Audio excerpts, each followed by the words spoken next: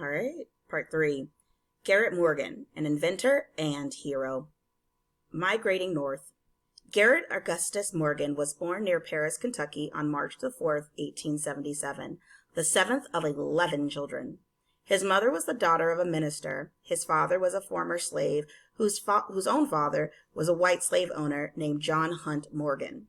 During the Civil War, Garrett's grandfather, J.H. Morgan, joined the Confederate Army and was killed by Union soldiers. Morgan's death freed Garrett's family from slavery. 12 years later, Garrett was born. Garrett's parents were sharecroppers. They farmed land that they didn't own and only kept a portion of the crop. It was a very hard life. Generally, children started working on the farm when they were 5 or 6 years old and went to school only a few months a year. When Garrett was 14, he had to make a choice: stay in Kentucky and work the land, or try his luck in the North.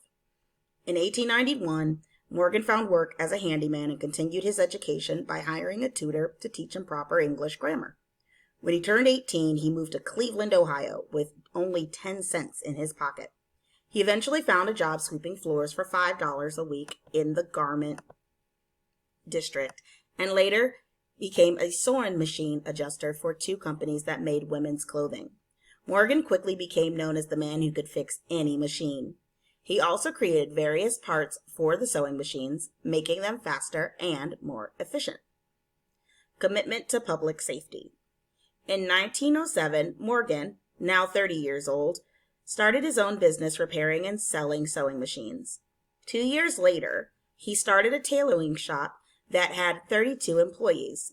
The company made clothing with the machines that Morgan built. Both businesses proved successful, and he got married, had children, bought his own home, and became the first African American in Cleveland to own an automobile. But that wasn't enough. He couldn't help but look around and see how to improve the world. In 1912, Morgan patented his Morgan safety hood and smoke protector, which he designed to protect firefighters. His invention won several gold medals and was cheaper, lighter, and easier to use and wear than anything else on the market. Despite this, many fire companies refused to buy the device because a black man invented it. To counter this prejudice, Morgan had a white friend pose as the inventor, while Morgan posed as a Native American demonstrator of the hood.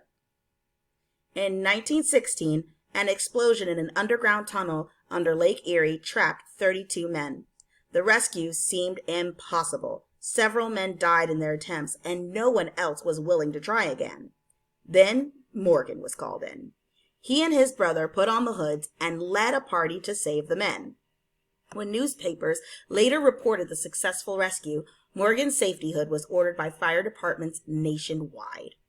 Another time, Morgan saw a horrific street accident, which led him to innovate a 3-position traffic signal that helped prevent accidents, which he patented in 1923. He also invented hair care products, though quite by accident.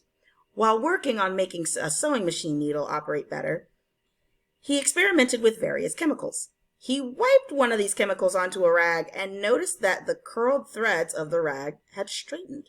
He called over his dog, a curly-coated Airedale, applied the chemical solution to its coat, and was amazed to see the dog's fur straighten. Then he put some onto his own hair, and it too straightened. In 1913, Morgan founded the G.A. Morgan Hair Refining Company to market his hair straightening cream, hair dye, hair oil, and various combs.